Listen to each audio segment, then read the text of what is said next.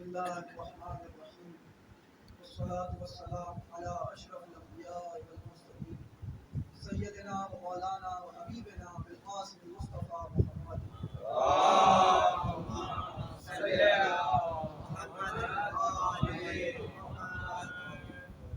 وعلى أهل بيته الطيبين الطاهرين المعصومين ولعن الله على أعدائهم أجمعين. أما بعد، قال إمامنا علي الرضا عليه السلام: إن الإمامة هي منزلة الأولياء وراثة الأوصياء. إن الإمامة خلافة الله وخلافة رسول الله ومقام أمير المؤمنين وميراث الحسن والحسين.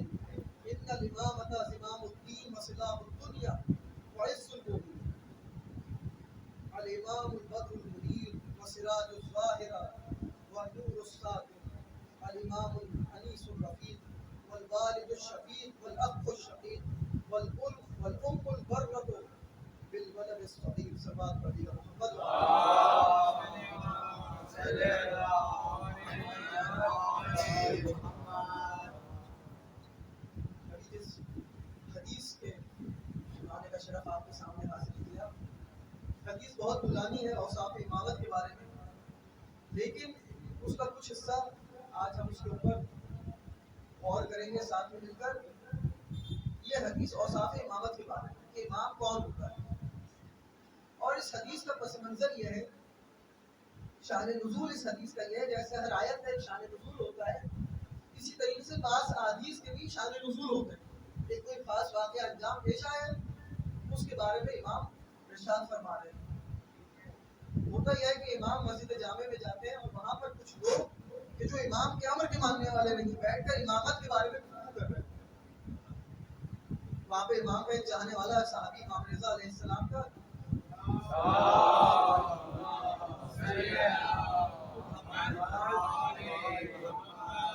آپ نے دیکھا ہوگا کہ اگر ایک بندہ ایک چیز کی جانکاری رکھتا ہو، ایک چیز کے بارے میں جانتا ہو، اور کچھ لوگ اس چیز سے بالکل جاہل ہو، اور وہ کچھ لوگ آپس میں بیٹھ کر اس چیز کے بارے میں گفتگو کر رہے ہو، لیکن جو بندہ جانتا ہوگا اس کی حالت اس وقت کیا ہو رہی ہے؟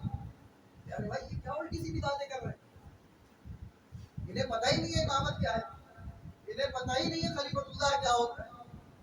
وہاں پر لوگوں کا مباحثہ جاری ہے، بحث جاری ہے، اور لوگ آپس میں اپنے عامہ مسلمین گفتگو کر رہے ہیں، اتنے میں امام کا گزر ہوتا ہے اور امام اس کا ایگو بند کرتے ہیں تاکہ آواز صحیح سنائی دے۔ صلوات پڑھتے ہیں محمد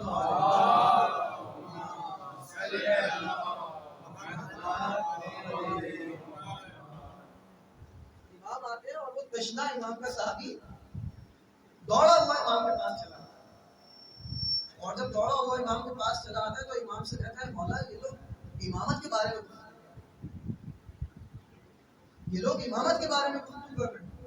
تو مولا اس وقت ارشاد فرماتے کہ انہیں کیا معلوم امام کیا ہو،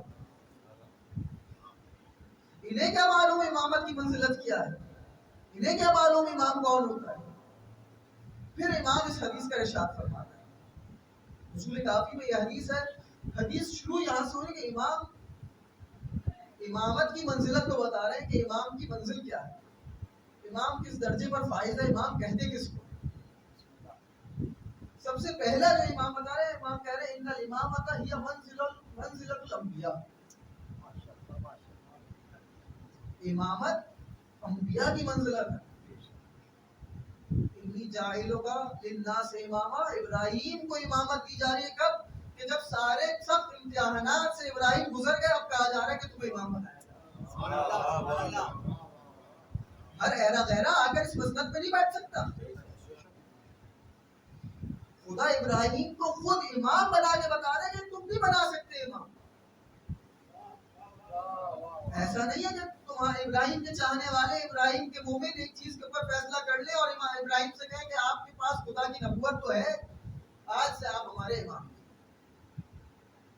نہیں، ان الامامۃ ہی منزلۃ الانبیاء، امامت کیا ہے؟ انبیاء کی منزلت ہے۔ کس طریقے سے انبیاء کی منزلت ہے؟ جس طریقے سے انبیاء کو خدا امام بنا دے، اسی طریقے سے ائمہ کو بھی خدا ہی امام بنائے گا۔ ایسا نہیں ہے کہ لوگ مل کر بیٹھے اور ایک شخص کو منتخب کر لیں۔ ہماری مجالس کا سلسلہ ادھر چل رہا ہے حرمت اہل بیت علیہ السلام پر. جو لوگ تھے 3-4 مجالس میں ساتھ وہ اس موضوع سے واقف ہیں، اسی موضوع کے ذیل میں اس حدیث کو لے کر آئے اور اسی کے ساتھ گفتگو کریں گے کہ وہ جو حرمت ہے ایمان اس کو پہچاننے کی ضرورت ہے، اہل بیت کی حرمت کو پہچاننے کی ضرورت ہے. بعد از رحلت رسول خدا یا رحلت رسول خدا سے پہلے خود حیات طیبہ رسول اکرم نے بھی اس چیز کو بہت زیادہ ختم کرنے کی کوشش کی کہ وہ جو پروٹوکول ہے اہل بیت کے رسول خدا کے، وہ جو خدا کا پروٹوکول ہے، خدا کی اہمیت ہے، خدا کی حرمت ہے. ظاہر سی بات ہے کہ اگر کوئی رسول اللہ کے ادب کا خیال نہیں رکھتا یعنی وہ خدا کے لیے بے ادبی کر رہا ہے. ظاہر سی بات ہے اگر کوئی علی کی بے ادبی کر رہا ہے تو حقیقت وہ رسول خدا کی بے ادبی کر رہا ہے. انت منی بمنزلت ہارون بن موسیٰ، علی تو مجھ سے میری وہی نسبت ہے جو ہارون کو موسیٰ سے نسبت تھی. ہارون کون ہے؟ موسیٰ کا چھوڑا ہوا نمائندہ ہے. اگر کوئی ہارون کو چھوڑ دیا گویا اس نے موسیٰ کو چھوڑ دیا. وہ بت پرستی میں گوسالہ پرستی میں لگ گیا، شیطان کی پرستش کر رہا ہے وہ اگر علی کو چھوڑ کر کسی کو مان رہا ہے.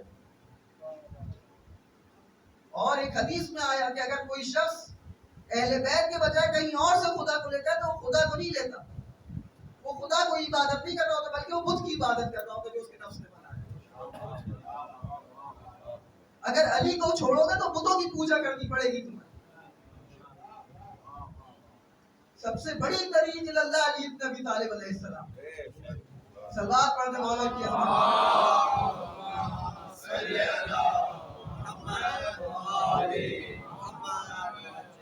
یہ باب اللہ ہے، یہ اسماء اللہ ہے. اگر انسان ان سے خدا کی معرفت کو حاصل نہیں کرے گا تو پھر کہاں سے کرے گا؟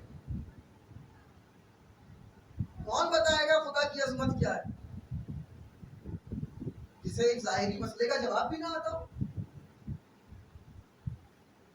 امام بتا رہے ہیں کہ نہیں دیکھو، اگر کسی کو امام جاننا چاہتے ہو، اگر کسی کو امام ماننا چاہتے ہو تو اسے مانو کہ جو انبیاء کی منزلت پر فائز ہو، جس کے پاس وہی کمالات اور اوصاف ہو کہ جو انبیاء کے پاس کمالات اور اوصاف.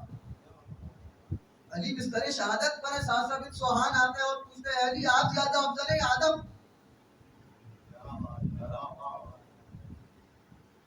بستر شہادت پر ہے علی اور ساسا آگے پوچھ رہے ہیں آدم زیادہ افضل ہے آپ؟ امام کہتے ہیں اگر آدم کا علم دیکھنا ہو، موسیٰ کی ہیبت دیکھنی ہو، مجھے جو سب ان کے پاس، یہ میں نے حدیث کا مفہوم آپ کے سامنے بیان کیا، مجھے درست اس کا متن ابھی ذہن میں نہیں آ رہا. سلوات پڑھ دیا محمد.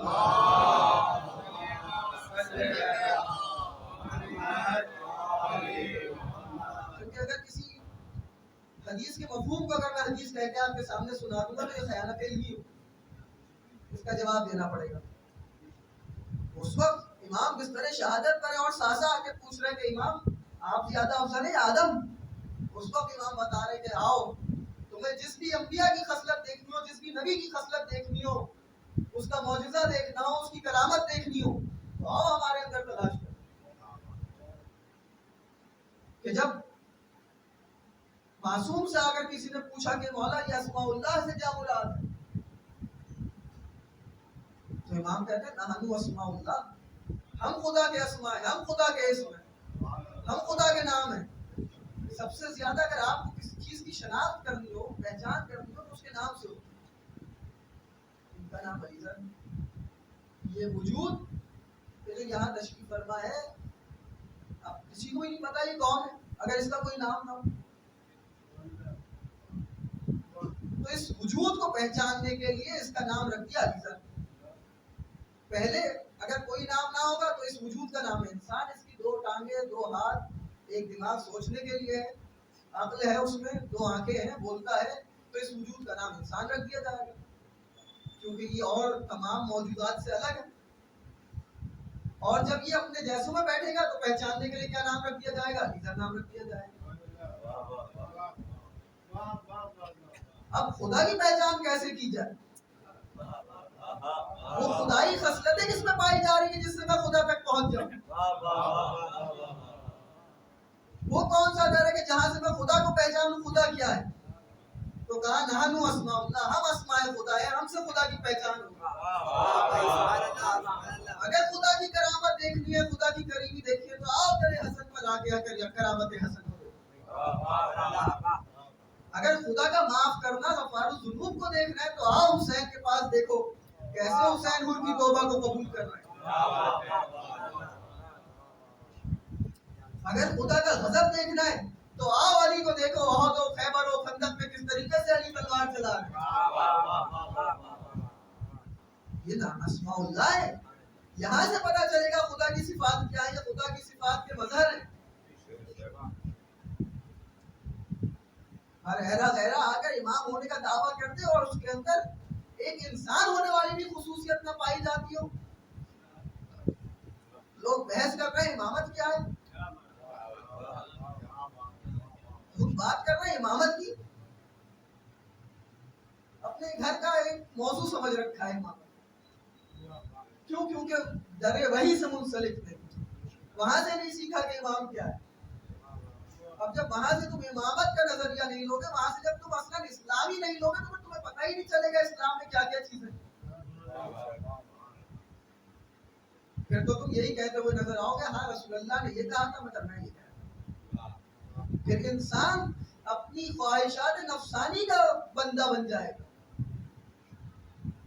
پھر یہ کہتا ہوا نظر آئے گا کہ ہاں ان کے دور میں کچھ اور الگ بات تھی، لیکن میں یہ سوچ رہا ہوں میری رائے کی زیادہ اہمیت ہے۔ کیوں؟ کیونکہ وہ جو پروٹوکول سے، وہ جو حرمت تھی، اس حرمت سے نہیں جانا۔ ہماری مجالس کا یہی سلسلہ چل رہا ہے، حرمت کے اوپر ہم بات کر رہے ہیں اہل بیت کی۔ سب سے پہلی چیز جو امام رضا اس حدیث میں بتا رہے ہیں وہ امامت کی منزلت کو بتا رہے ہیں، منزلت انبیاء ہے۔ جس طریقے سے نبی کو خدا بنا کر بھیجتا ہے، جس طریقے سے نبی کو خدا منتخب کرتا ہے، اسی طریقے سے امام بھی خدا بناتا ہے۔ مجھے یاد آ گیا آیت اللہ قرآتی ان کی صحت و سلامتی کے لیے ایک سلوات پڑھتے ہیں۔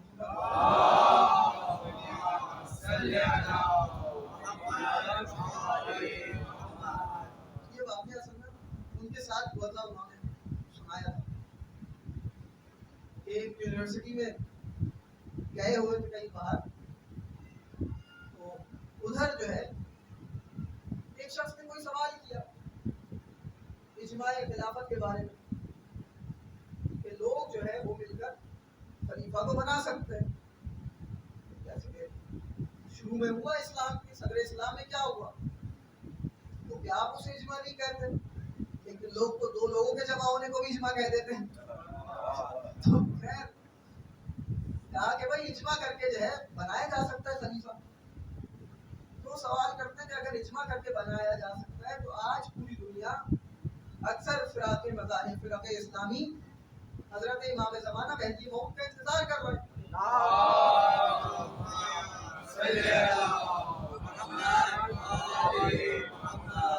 علامہ طالب جوہری نے بھی اس واقعے کو اپنے ایک بیان میں، ایک تقریر میں نقل کیا تھا۔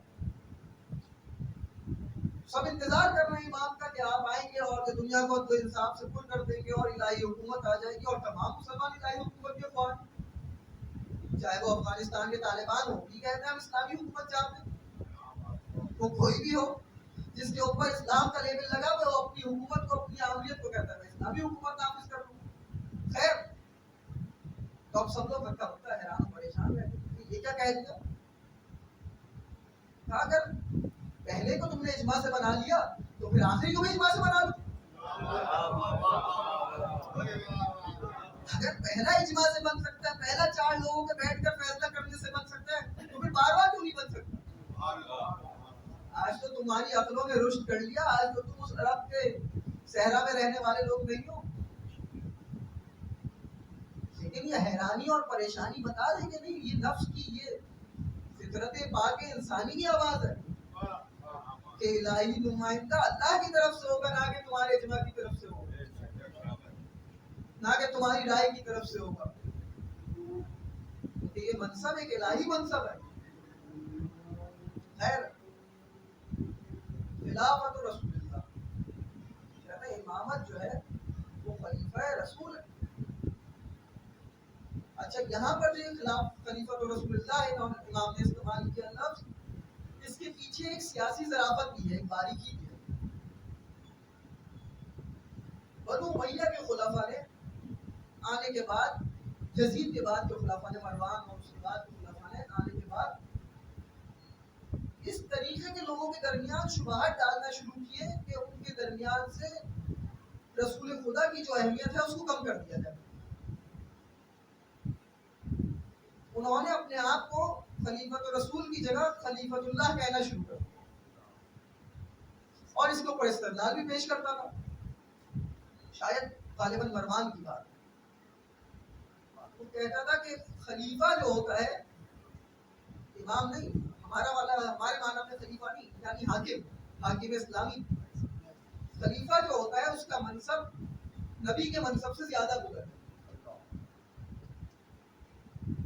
کیوں؟ دلیل لے کر آتا تھا اس کے اوپر. انسان جب اپنی خباثت کے عروج میں پہنچ جاتا ہے تو اس کی عقل اس طریقے سے کام کرتی ہے.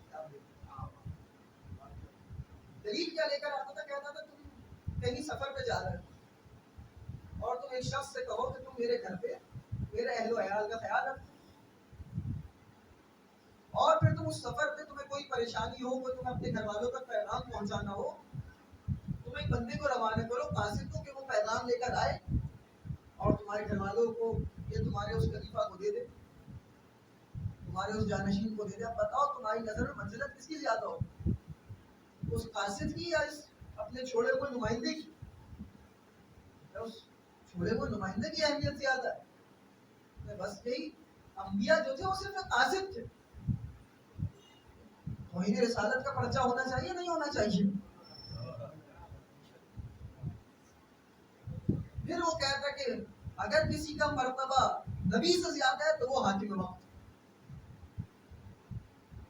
اب آپ دیکھیں تحریف معنویہ قرآن کتنی زیادہ ہوئی.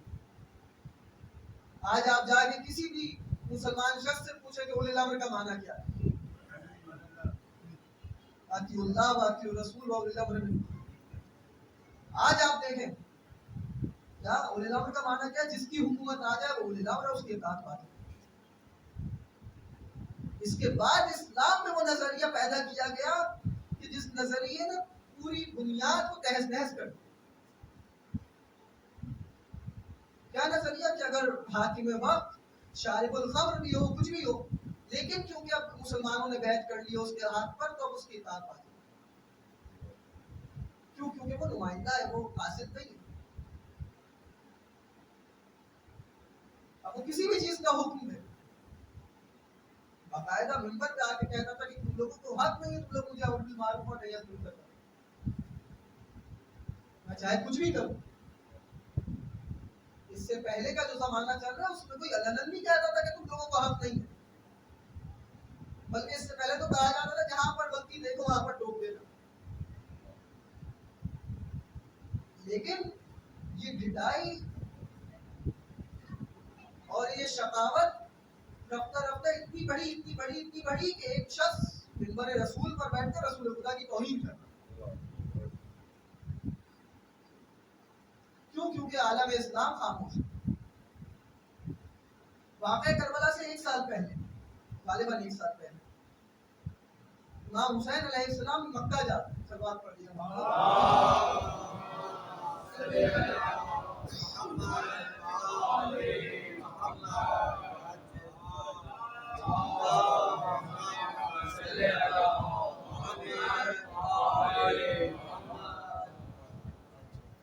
مکہ تشریف لے کر جاتے ہیں حج کے. اور اس سال حج پہ کئی اصحاب اور کئی تابعین حج کرنے کے لیے، حج کی سعادت حاصل کرنے کے لیے آئے. اور امام اپنے اصحاب کو روانہ کرتے ہیں، کہتے ہیں سب کو آج مینا میں بلا لو، مجھے مینا میں خطاب کرو. شاید مینا میں 6 لوگ پہلے سے یا امام نے بلاوا بھیج کے بلایا لوگوں. کئی اصحاب وہاں پر موجود ہیں کہ جن سے امام حسین خطاب کرنا چاہتے ہیں. خطبہ مینا کے نام سے خطبہ مشہور ہے امام حسین علیہ السلام کا، پڑھیں اس کو.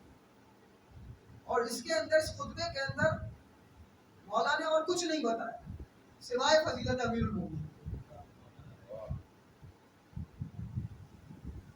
اور ایک ایک چیز پوچھتے جاتے ہیں اور پوچھتے جاتے ہیں کہ تمہیں معلوم ہے، تم جانتے ہو، تم میری گواہی دے رہے ہو؟ تو کہتے ہیں ہم گواہی دے رہے ہیں. ہم گواہی. شروع کرتے ہیں بات. کہتے ہیں تمہیں یاد ہے کہ رسول خدا کے اوپر آیت آئی تھی سد ابواب کی کہ مسجد میں سب کے دروازوں کو بند کر دیا جائے لیکن صرف رسول اللہ نے علی کا دروازہ اور اپنا دروازہ کھولے رکھنے کی اجازت دی. بالکل علی مسجد میں سویا کرتے تھے, تمہیں یاد ہے؟ بالکل یاد ہے. یہ فضیلت بتا رہے ہیں امیر المومنین. مسجد میں سونے کی اجازت نہیں, علی کو مگر فقط مسجد میں سونے کی اجازت ہے. علی کے بچوں کو مسجد میں سونے کی اجازت ہے. رسول خدا کو مسجد میں سونے کی اجازت ہے. اگر مسجد میں کسی کا دروازہ کھولنے کی اجازت مل رہی ہے رسول خدا کی طرف سے تو علی بن ابی طالب. اصحاب مسجد تھے کہ دروازہ نہیں, کم سے کم ایک کھڑکی کھول دیتے. حضرت عمر نے کہا کہ میں ایک سوئی کے جتنا سوراخ کھولنا چاہتا ہوں صرف. رسول اللہ نے منع کر دیا. رسول اللہ نے کہا نہیں, فضیلت مختص علی اور علی کے بچوں کی. یہ امام حسین کے الفاظ ہیں, اس میں امام حسین پوچھ رہے ہیں ایک چیز, تمہیں یاد ہے؟ جی مولا یاد. پھر مولا پوچھتے ہیں غدیر کا واقعہ پوچھتے ہیں, کیا تمہیں یاد ہے کہ رسول اللہ نے غدیر قوم میں علی کا ہاتھ بلند کر کے کہا تھا من کنت مولا فہذا علی مولا؟ جی مولا, جی ہمیں یاد. پھر پوچھتے ہیں کہ جب رسول خدا جا رہے تھے اور رسول خدا نے علی کو اپنا نائب بنایا تھا اور کہا تھا کہ تمہاری نسبت مجھ سے موسیٰ اور ہارون سے موسیٰ کی ہے, تمہیں یاد ہے؟ ایک ایک فضیلت بیان کر رہے ہیں اور پوچھتے جاتے ہیں. پھر کہتے ہیں کہ تمہیں یاد ہے کہ رسول اللہ نے کہا تھا کہ جو مجھ سے دوستی کا دعویٰ کرے مگر علی سے دشمنی رکھتا ہو جھوٹ بولتا ہے. جھوٹ بولتا ہے وہ کہ جو کہے کہ میں رسول اللہ سے محبت کرتا ہوں مگر علی سے دشمنی, اور اس کے جہنم میں جانے کا بھی وعدہ کیا. سب کہتے ہیں کہ ہم یہ ابلاغ امامت وہ فریضہ ہے کہ جو رسول خدا کا فریضہ ہے. یا ایھا الرسول بلغ ما انزل الیک من ربک. یہ تبلیغ اصل میں تبلیغ امامت, تبلیغ ولایت, تبلیغ ہے. جب تک لوگ اس اسلامی نظام سے آگاہ نہیں ہوں گے لوگوں کے نماز, روزے, حج, زکات کا کیا فائدہ ہے؟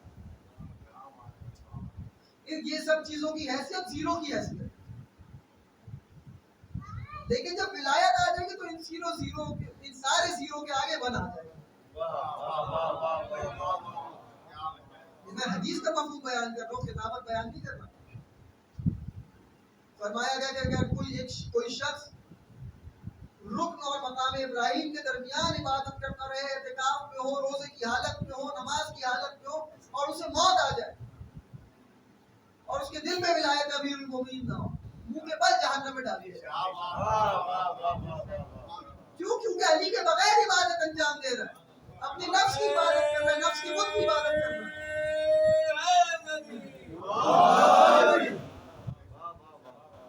عبادت تو وہاں سے لے ہی نہیں رہا جہاں سے لینی چاہیے. اپنے نفس کو پوجنے میں لگا ہوا ہے. وہی جو شیطان نے کہا تھا اللہ میں تجھے سکھاتا ہوں عبادت کیا ہے, میں کیوں آدم کو سجدہ کروں. عبادت اصل میں اطاعت ہے. سبات پڑھتے محمد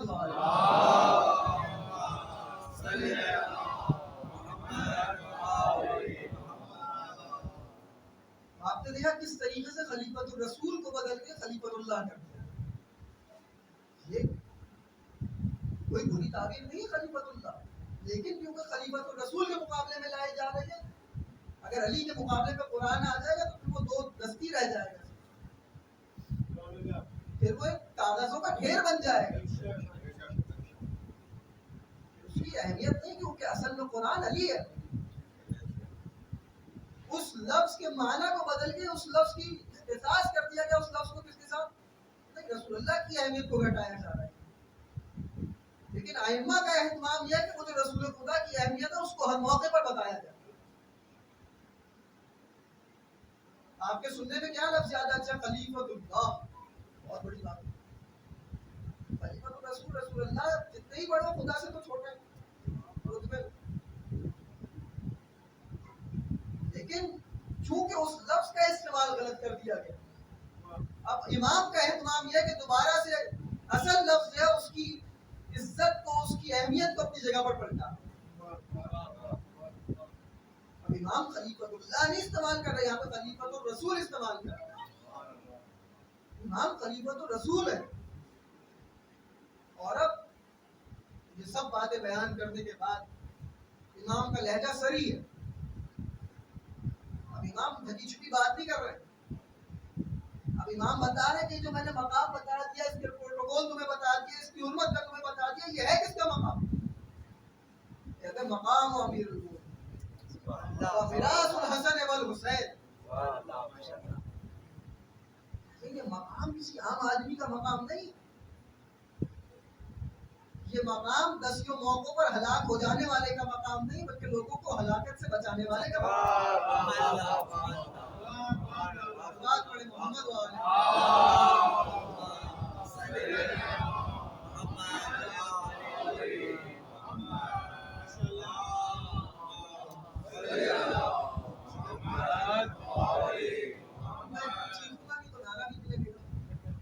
سانس لینے کا ہی نعرہ حیدری محمد وآل محمد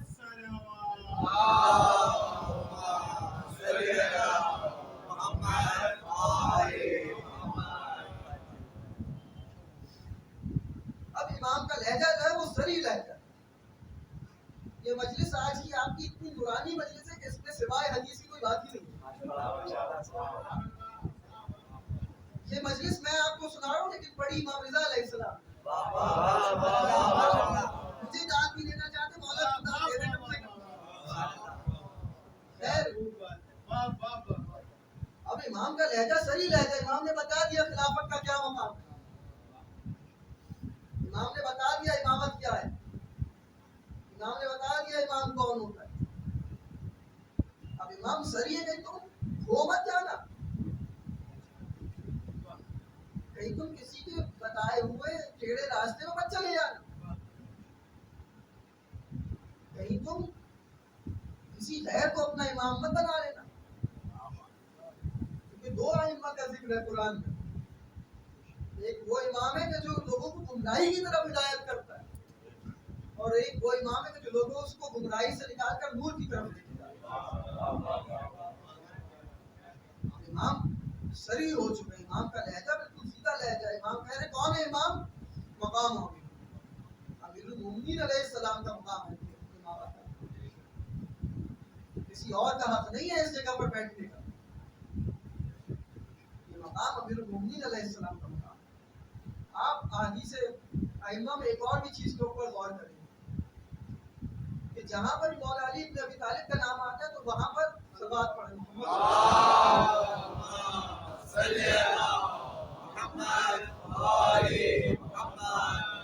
وہاں پر آپ مولا کا نام سے نہیں لیتے بلکہ امیر المومنین کہتے ہیں۔ یہ لقب امیر المومنین علی علیہ السلام کا لقب خصوصی ہے۔ ایک شخص نے آگے امام صادق علیہ السلام کو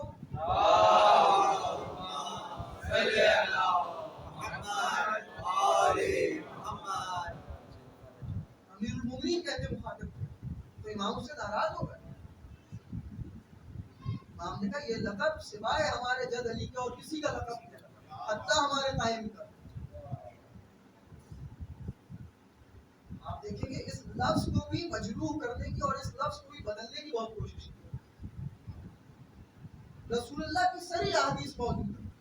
غدیر کے بعد ابن عباس غالباً رسول اللہ کے ساتھ ہیں اور ایک گلی سے گزر ہو رہا ہے، دیکھتے سامنے سے امیر المومنین علیہ السلام تشریف لا رہے ہیں، علی بن ابی طالب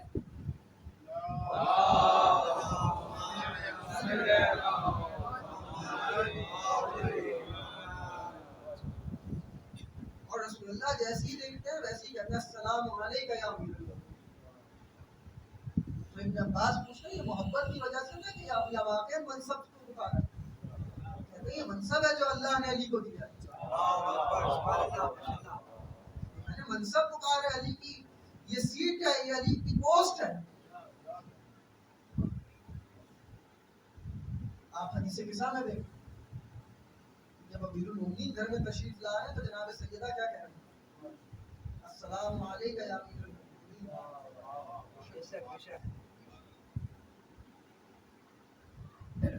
افسوس ہوگا مجھے بعد میں اگر میں نے یہ حدیث آپ کو نہیں سنائی، ابھی یاد آ گئی مجھے.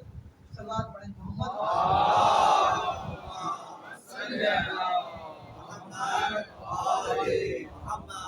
چند افراد ایک دن رسول خدا کے پاس آتے ہیں اور کہتے ہیں رسول خدا آپ کا محبوب ترین صحابی کون؟ تو رسول خدا چند افراد کا نام لیتے ہیں، مثلا سلمان، ابوذر. ہم لوگ کہتے ہیں اور علی؟ رسول اللہ کہتے ہیں علی النفس. تم نے تو دوستوں کے بارے میں پوچھا، علی تو میری جان ہے. علی تو میری جان ہے، میری جان کے بارے میں تم مجھ سے پوچھ رہے ہو. علی تو دوستوں میں صحابیوں میں تلاش مت کرو. علی کو اگر تلاش کرنا ہے تو خود رسول خدا میں تلاش کرو. اسی خطبہ منا کے اندر جس کا بھی آپ کے سامنے ذکر کیا، اسی میں ایک اور فضیلت جس کی طرف آگے آگے آ جائیں.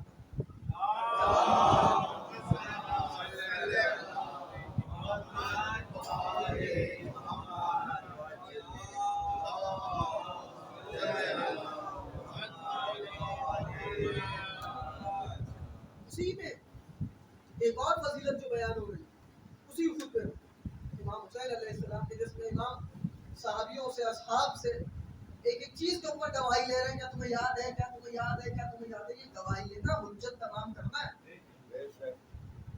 کیونکہ حسین کو پتا ہے کہ ایک سال کے بعد مجھے یہاں سے نکلنا ہے بڑے ہدف کے لیے. اس وقت ایسا نہ ہو کہ کوئی یہ کہہ دے کہ مجھے پتا نہیں تھا، میں جانتا نہیں تھا علی کون ہے. کیونکہ اتنا زیادہ ہجوم ہے تبلیغات منحرف کا اور تبلیغات نادرست کا کہ شام میں جب آپ پڑھیں گے، مسائل پڑھیں گے، تو مسائل میں بعض چیزیں ایسی جو غور طلب. کچھ مقاتل نے اس بات کو لکھا کہ جب امام سجاد شام گئے اور اس شخص نے آگے امام کو جب ناروا کہا اور کہا کہ خدا کا شکر تمہیں خدا نے رسوا کیا، اور پھر امام اسے ایک ایک کر کے آیت سناتے ہیں، تمام آیات سناتے ہیں جو آپ کی شان میں، اور سے پوچھنے لگتے ہیں پڑھی جس کا ذکر ہو رہا ہے وہ کون ہے؟ کون ہے؟ اہل بیت کون ہے؟ کون؟ جب یہ بات کہہ دیتے ہیں، تمام آیات سنا دیتے تو اپنے سر سے امامے کو اتارتا ہے اور اپنے سر کو پیٹ کے کہتا ہے کہ مجھ سے کتنا بڑا ظلم ہو گیا. اور بعض مقاتل میں کہ وہ شخص کہتا ہے کہ مجھے تو پتہ ہی نہیں تھا کہ یزید کے علاوہ بھی رسول اللہ نہیں ہوتا.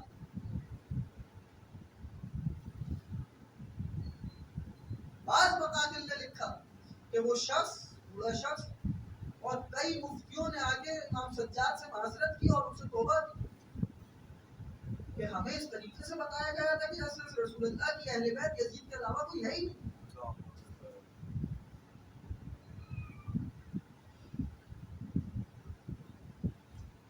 بڑی ضعیف چیز ہے یہ. آپ اگر اس نظر سے دیکھیں تو پھر آپ کو پتہ چلے گا کہ اہل بیت کے خلاف اس زمانے میں کتنا زیادہ کام کیا جا رہا ہے. جب تک کہ حرمت اہل بیت کا خیال نہیں ہوگا، جب تک کہ پتہ ہی نہیں ہوگا یہ منصب کیا ہے، جب تک انسان انہی باتوں میں دھوکہ کھاتا چلا جائے. آپ کہیں کہ شامیوں کو فریب دے دیا گیا تھا، انہیں پتہ ہی نہیں تھا کون. اگر فریب دیا گیا تھا تو ان کے پاس عقل سلیم تو تھی، وہ اپنی عقل سے تو پتہ لگا سکتے تھے. حضرت عمار کی شہادت میں کیا چیز ہے کہ جب معاویہ کے اوپر اعتراض کیا جاتا ہے کہ تمہارے لشکر میں عمار کو مار دیا، تو کہتا عمار کو میں نے نہیں مارا، عمار کو علی نے مروایا. کیوں؟ علی لے کر ہی نہ آتے تو نام مار پر.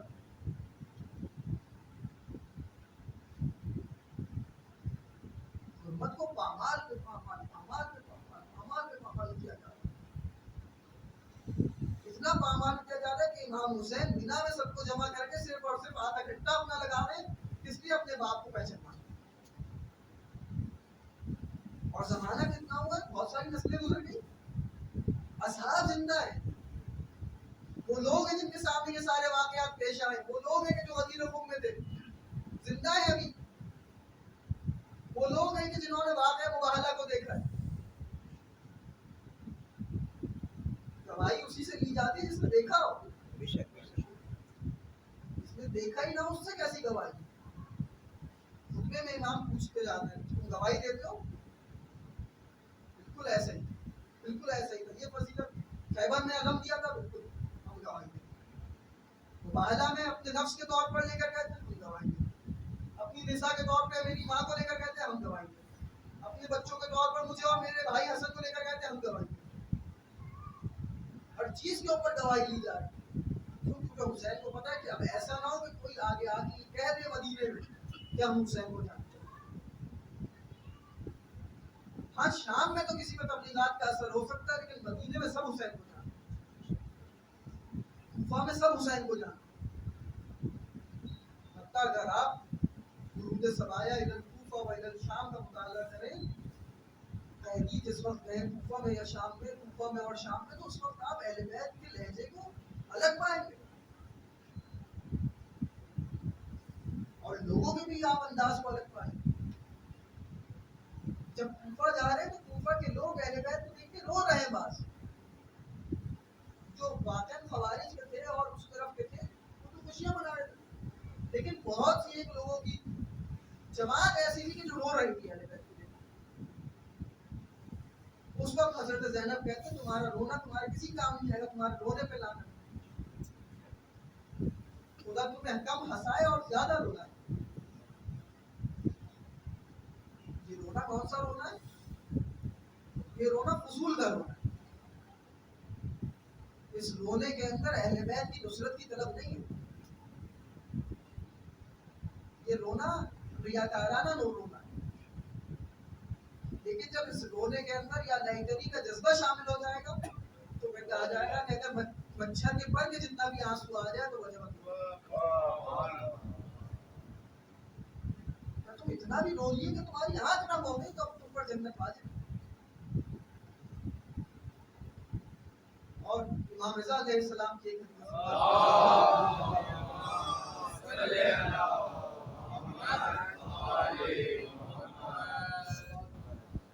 جنت کا درجہ ایک اعلیٰ درجہ، عرفہ درجہ، لیکن ایک اس سے بھی بڑا درجہ ہے، وہ ہے مائیت ائمہ علیہ السلام،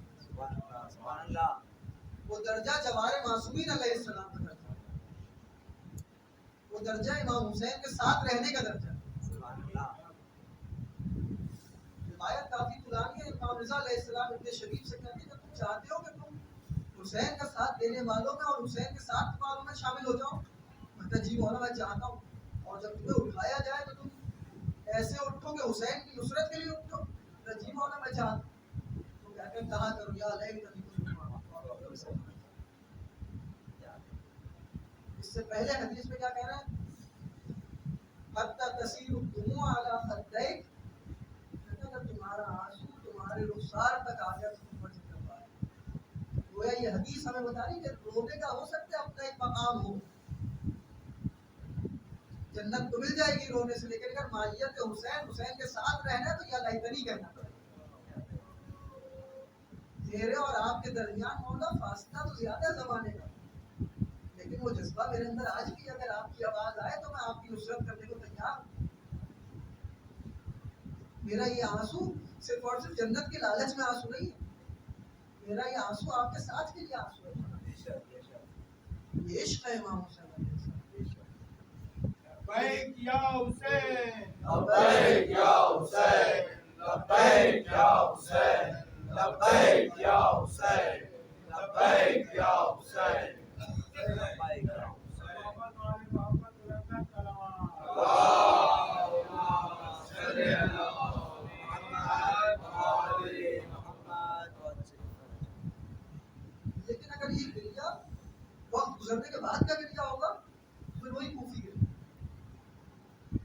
لیکن اگر اس گریے کے اندر یا لیتنی کا جذبہ شامل ہو جائے، لیکن اگر اس گریے کے اندر وہ حب اہل بیت شامل ہو جائے کہ جو رسوخ کیا ہوا دلوں کے اندر، تو پھر اس سے جنت بھی مل جائے گی، اور آخری درجہ یہ ہوگا اس کا کہ امام حسین کا ساتھ نصیب ہو جائے گا۔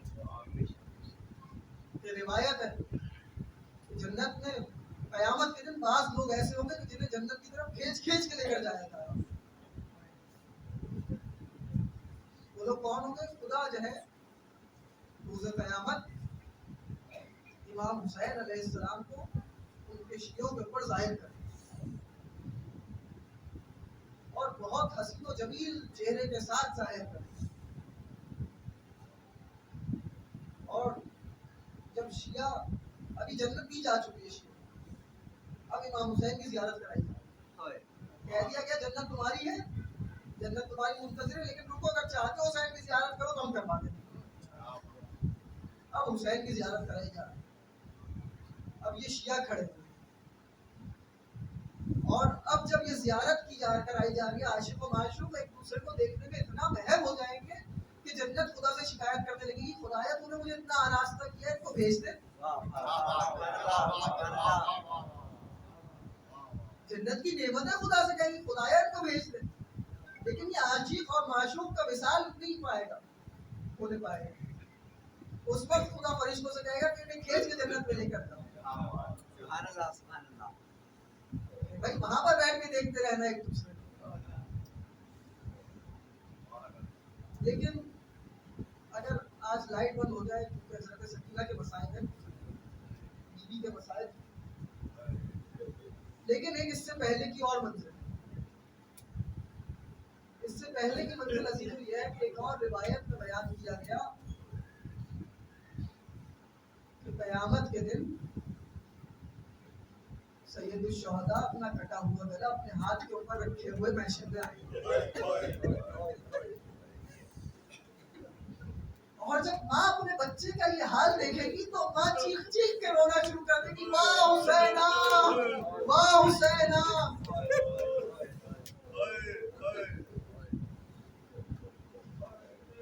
اب ماں سے رہا نہیں جائے گا. خدا دیکھے گا زہرا کی حالت یہ ہوگی ہے تو خدا حسین کو ایک بہترین شکل و شمائل عطا کر دے. یہ اس سے پہلے کا مرحلہ ہے کہ جب شیعہ حسین کو دیکھنے میں محب ہو جائے. بس جب کہ چلے حسین باتیں تو بہانے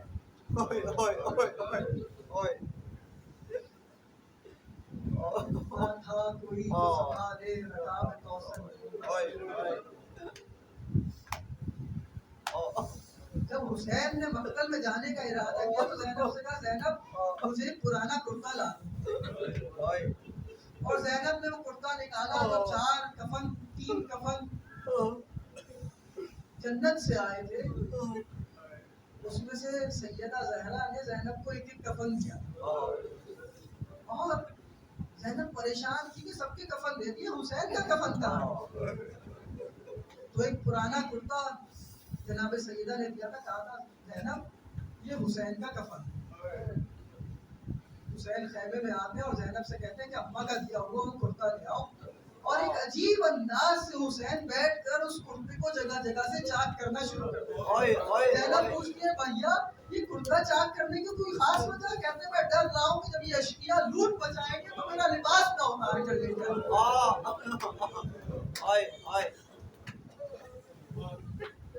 مگر سنے ہو عزیزو وہ کرتا بھی نہ چھوڑا گیا حسین کے. ایک شرعی فقہی مسئلہ ہے، اس مسئلے میں مجھے بڑا الجھایا. کہتے ہیں کہ اگر کوئی شہید مارکے جنگ میں شہید ہو جائے تو اسے اس کے لباس کے ساتھ دفن کر دیا جائے. میں ام بیوی معصومہ کے حرم میں کھڑا تھا عاشورہ کے دن، ادھر نعرہ لگا حسین بی کفن. میرے ذہن میں یہ روایت آ گئی، لیکن اس کے بعد جو نعرہ لگا تو میرے سارے شکوک و شبہات دور ہو گئے. وہ نعرہ تھا حسین اریان حسین اریان حسین اریان.